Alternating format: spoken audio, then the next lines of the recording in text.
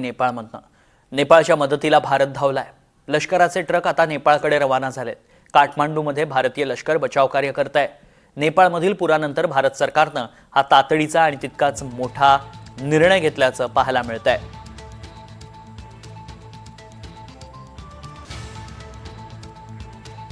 नेपाळला मदत पाठवणाऱ्या अधिकाऱ्यांशी बातचीत केली आमच्या प्रतिनिधी तेजश्री पुरंदरे यांनी।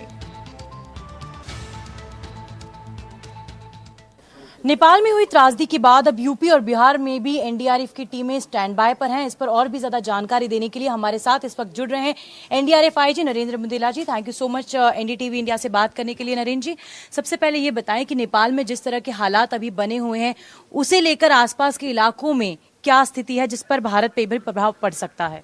तो बेसिकली गंडक रिवर पे इम्पैक्ट का असेसमेंट है, जिसके लिए CWC already water level monitor कर रही है, कितना वाटर फ्लो हो रहा है उसको मॉनिटर कर रही है और उसका हर एक घंटे में उसकी रीडिंग भी शेयर कर रही है।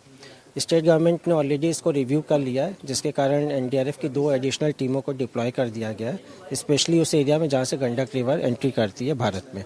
और अभी जो ग्राउंड सिचुएशन के हिसाब से अभी इम्पैक्ट ज़्यादा सीरियस नहीं है, मिनिमल है, लेकिन ये CWC का जो डेटा आ रहा है और एक्चुअल जो ग्राउंड सिचुएशन इसको आज और मॉनिटर करने की जरूरत होगी। क्या हम मैप के जरिए समझ सकते हैं कि वो कौन से इलाके हैं जो फिलहाल रेड अलर्ट पर हैं या फिर उन पर प्रभाव ज्यादा पड़ सकता है? यहाँ पर जो मैप में हम देख जो गंडक रिवर है ईस्ट चंपारण से मुजफ्फरपुर से होके जाके आगे गंगा में मिलती है, तो ये पूरा बेल्ट वो है कि जो फ्लड को इफेक्ट करता है।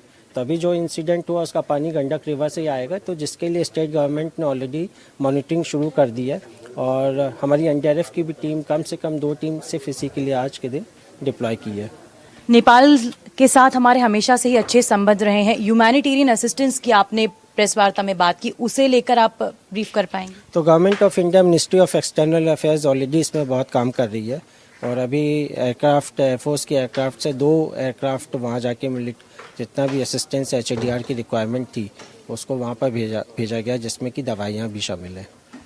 एनडीआरएफ की टीमें बिहार यूपी में कहाँ पर डिप्लॉयड हैं? कितनी टीमें डिप्लॉयड हैं? टोटल बिहार में 9 डिप्लॉयड है, 4 हमने स्टैंड बाय रिजर्व भी रखा हुआ है।